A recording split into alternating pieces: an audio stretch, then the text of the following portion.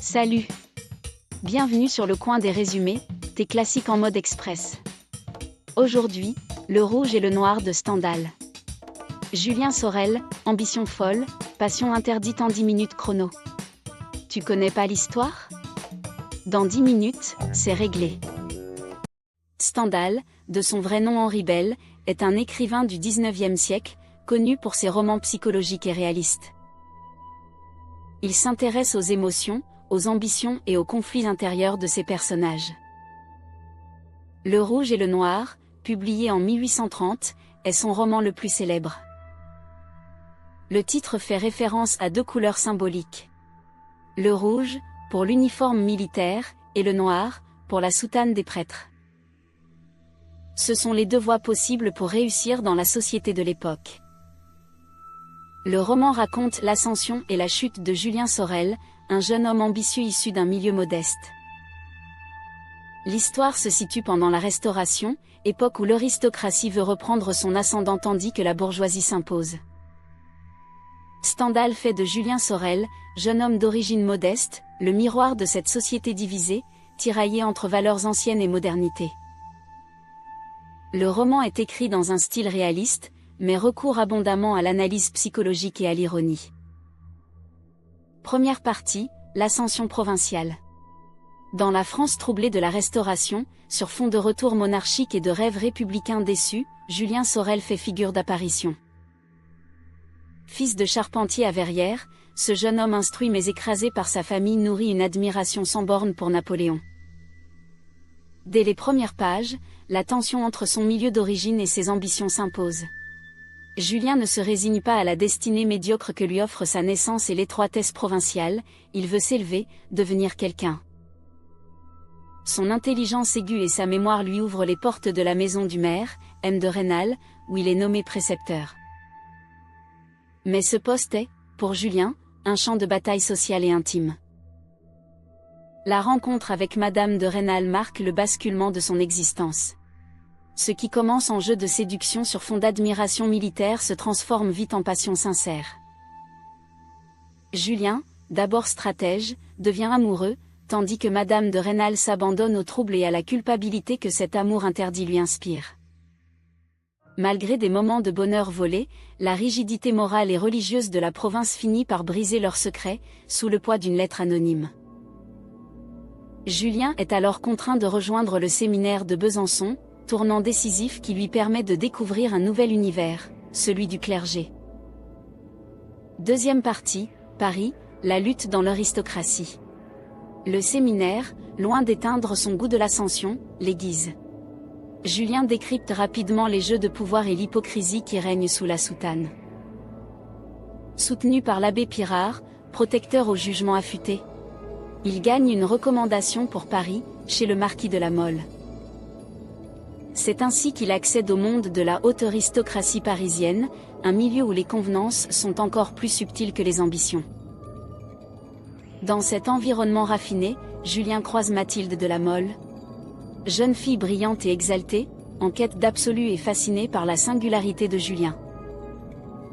Le jeu de conquête et de défi qu'ils engagent devient vite une relation complexe, faite de ruptures, de retrouvailles et d'idées romantiques extravagantes.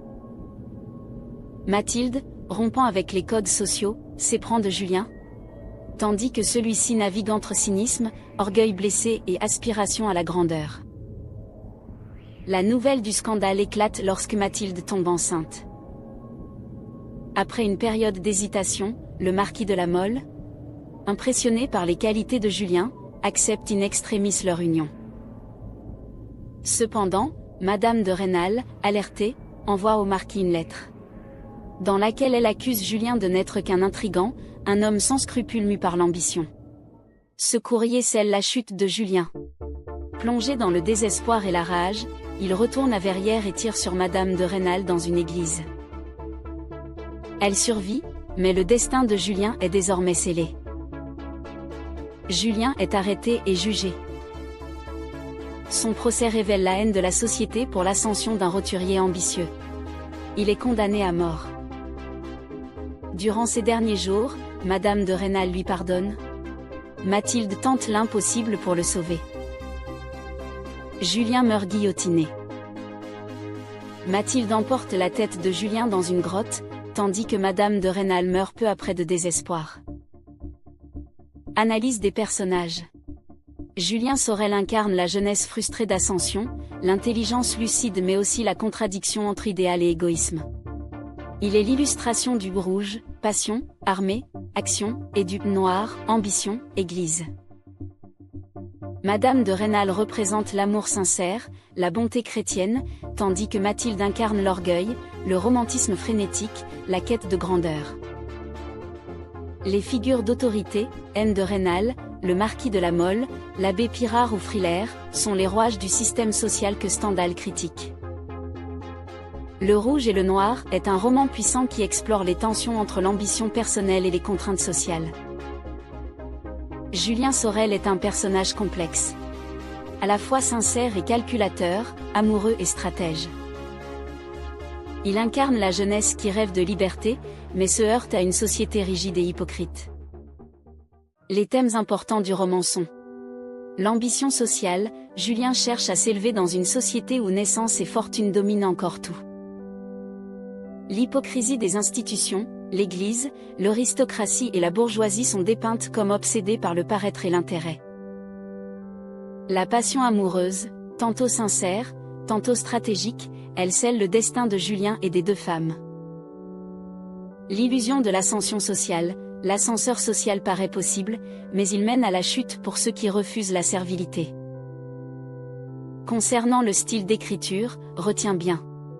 Le point de vue omniscient, incursion ironique de Stendhal, alternance entre narration externe et introspection.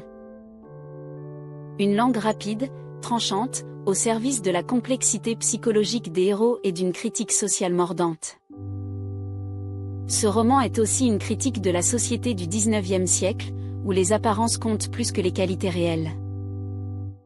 Stendhal nous invite à réfléchir sur nos choix, nos rêves, et les obstacles que la société peut mettre sur notre route. Et maintenant, tu connais toute l'intrigue. C'est tout pour aujourd'hui. Dites-moi en commentaire si cette vidéo a été utile et n'hésitez pas à faire vos suggestions de titres. N'oubliez pas de vous abonner et de liker si ça vous a plu. À très vite dans la prochaine vidéo.